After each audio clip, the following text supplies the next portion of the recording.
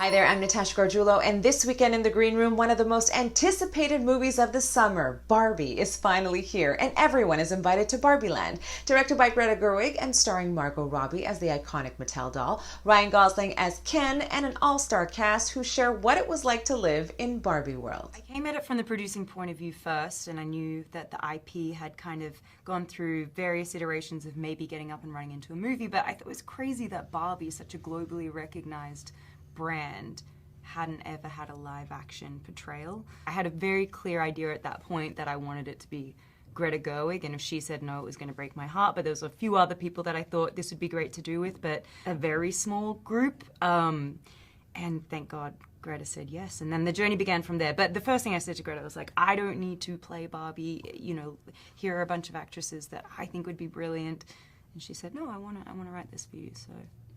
I mean, it would have been enough to just to work with Margot and Greta. You know, they're just, you know, brilliant. But the project itself, when I read it, I didn't know what to expect, but I certainly didn't. I could never have expected what came afterwards. You know, and then all of this up until now. You know, the whole ride has just been. And like we were saying about Margot, it's like she's in that way. It's like she makes it easy to understand why Ken's just happy to be along for the ride. Part of what's so wonderful about being a part of this movie and this moment of Barbie is to get to be a part of really expanding that story for so many people. When you look at the Barbies and their every shape, every color, every ability, and also for me it was special to get to be a part of a Barbie movie, which I never thought I would ever be a part of, as a human being, as a human woman, embracing her humanness. I got the fold-out house when I was little, and that for me was the most exciting thing in the world. So I can't tell you how exciting it was to stand on set and watch real-life dream houses be built before my very eyes. They're such beautiful works of art, and particularly the weird Barbie set, I was like, it's not what I was imagining, and it was just the most amazing thing I'd ever seen. And it was up high, and you could have fallen to your death from this, and no one did. When you're filming it, you're only seeing pieces of the bigger vision.